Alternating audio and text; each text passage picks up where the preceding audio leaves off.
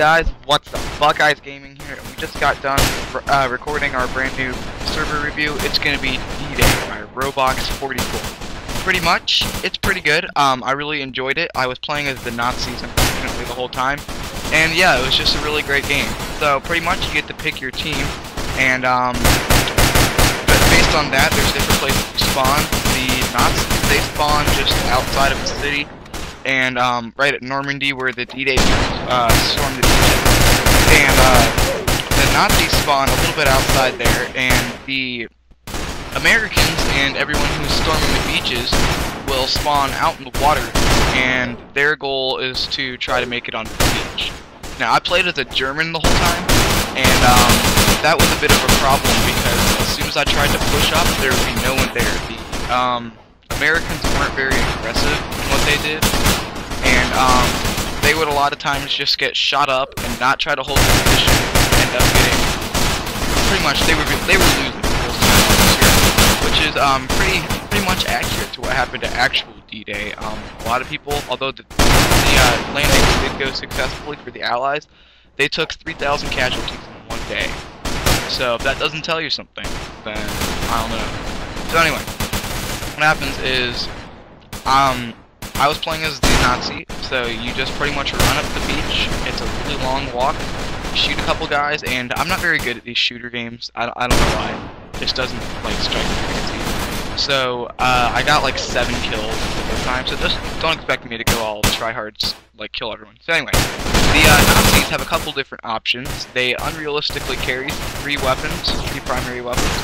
There's a MG42, a G43, which is kind of like a semi-auto, and then a MP40, which shoots a kind of snub-nosed German 9mm 32 round mag.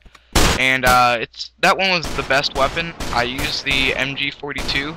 I got one. The German version of the M60. I was using that for a while, and he makes it sporadically inaccurate, which is actually inaccurate to D-Day, because the Nazis would actually have them mounted. They wouldn't just be running around with an MG42 running down the hill. So I'm not trying to seem like a smart aleck here. What I was trying to get around with this whole thing is that the game, as far as being historically accurate, kinda. If I had to rate it on a scale of 1 to 10, it'd be like a 6. There are a lot of parts that would be realistically representing it, like they actually have boats you can drive. You hop in the boat, you have a driver. One time I did get on with Allies right at the end, I got driven by a guest who went 0 miles per hour and I ended up swimming to shore and then got blasted. It's like a 6 out of 10 on accuracy. They wouldn't walk around with an MG42. A lot of times the gameplay, when you're playing as the Nazis, you're walking around the beach, and that doesn't really happen. That didn't happen. The Nazis, hold up in those bunkers. They wouldn't just be sprinting around on the beaches. Correct me if I'm wrong, I'm just going off of the books I've read and stuff. For all I know, I could be completely wrong, and they just laid down on the beach. Speaking of which, laying down goes to my next point. You can go prone and slide around while you're prone. I'm not kidding. What you have to do is you pick a weapon, and then press X, and it will make you so you lay down. Pretty cool, right? But it's even better. Go forward with that, and move forward. You'll actually speed along at a little bit faster rate than you would walking. That'll give you a big speed boost, and the coolest part is that you can go underwater this way, and you can only see the top of your head. So a lot of people had the starting hat on you get from just joined Roblox, that little like ball cap. If you take that off, you're pretty much invisible the whole way up. You go up there. You get safe passage, and you really have to be looking for the face if you actually want to shoot them when they're like that. So if you're playing as the Allies, then that would be a big help to you. All you have to do is lay down without that little cap on. You're invincible. You get to swim shore. Now, if you go in a boat, you're sacrificing a little bit of safety for a lot of people knowing where you are. So you can wade through the water. It's not like the actual landings where the water is really deep. It goes up like waist high, and you can still pretty much like glide along in the water. You can swim ashore. I wouldn't recommend it. A lot of the people who tried to do that, there was 1 or 2 guys on the Nazi side who were pretty smart about it, and they would literally sit up there on the hill and shoot everyone if they saw them moving apart. Now, one other thing I want to tell you about is a lot of times, if you are a ally, you get tryhards. In the lobby I was at, there were a ton of kids giving themselves fake commands. There'll be kids trying to take command of the operation or whatever. One kid was talking about like Bravo 6 Niner. Now, I'm no soldier, but I'm pretty sure Bravo 6 Niner did not get pinned on the Pioneer formation like he was screaming. So, the whole thing is pretty stupid when it comes to the people in the lobby. There's a lot of 9-year-old boys that really just get to live it out there. They come up with really cool names. One kid was calling himself like Staff Sergeant EagleClaw or something like that. And it was just funny because they're acting like they're actually soldiers. And EagleClaw, I don't know how many people, I mean, I could be wrong, there could be some guy out there named like Steve EagleClaw. He's probably 7 feet tall and chews nails forever. But since I don't know any EagleClaws, chances are your name is not Staff Sergeant EagleClaw. So, yeah, pretty much. As much if you do or don't agree with Hitler's politics, which if you're sane you probably won't, you still want to pick the Nazis. They have a little bit better weapons. I was playing as the Americans. They have a Thompson, I think like an M60 thing, and then the Garand, which shoots an .6, pretty big round. He makes it pretty accurate. The real thing was a tack driver, but I don't know what he made it here. So, you just go prone. My tips for this, just hold a gun, go prone, pick the Nazis, glide around on the beach. You can get in the water if they start pushing back a lot. The Americans are not aggressive. In fact, as I'm speaking into the microphone, I'm just in another lobby, just so everything's fresh on my mind from what's happened. Crap, this guy's team killing me when I'm playing right now. Pretty much, you literally just go prone, walk around on the beach, and if the Americans played at all like they did in my lobby, then they'll get pretty scared and want to just like run back to the water. I've actually seen kids, there's a group of them, EagleClaw and a couple of his companions actually tried staging a beach raid. One kid with the M60 and one kid with the MP40 took care of all of them, right? And, no, that was pretty funny. Anyway, they took care of all of them. There's no strategy on either side. There'll be a couple kids trying to commandeer the group. Don't listen to them. You can do whatever you want. They try to make it so that way they appoint their friends in control of the battle, which, as we all know, they didn't pick favorites in World War II. For who got to be Staff Sergeant EagleClaw and who got to be Staff Sergeant Tiger Poop or whatever. So, yep.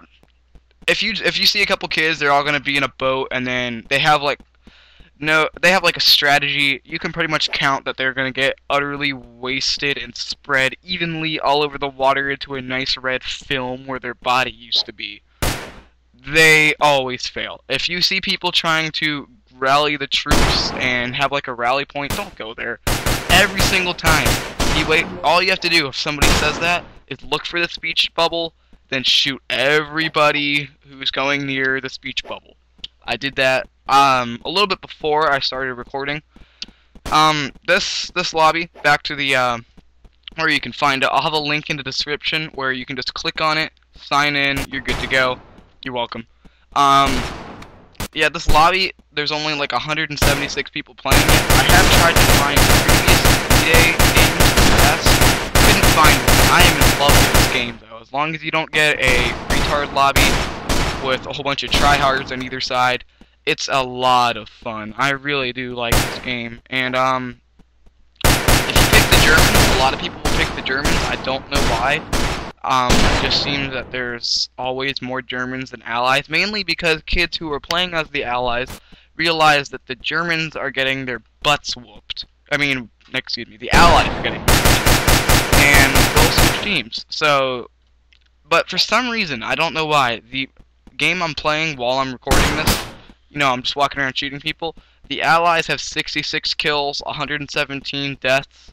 The Germans have 37 kills and 78 deaths. I don't know what the math is on that, although I'm pretty sure the Germans are doing worse than the Allies. So, I don't know why, because we have home field advantage, and I always did a ton better than the Germans. But if you want to do better, if you're not the aggressive type of player, I definitely wouldn't consider myself an aggressive player.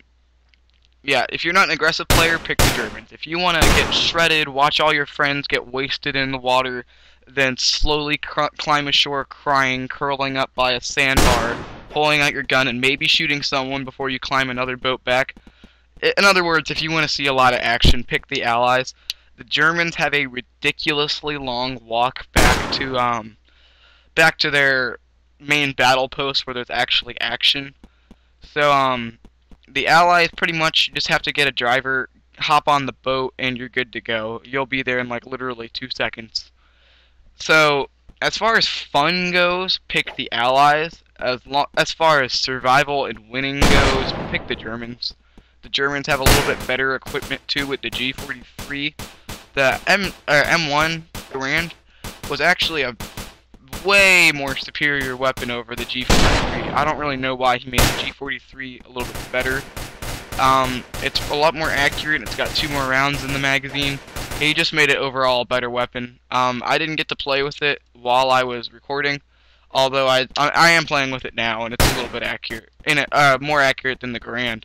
So the Germans have better equipment, better defensive places, and overall better people. I would say it's kind of hard to judge that, but the couple lobbies I've been in, the Germans just shut up and shoot. The Allies are trying to assign everybody EagleClaw's name and commandeer the troops and get ready for this massive charge that's going to win the whole war.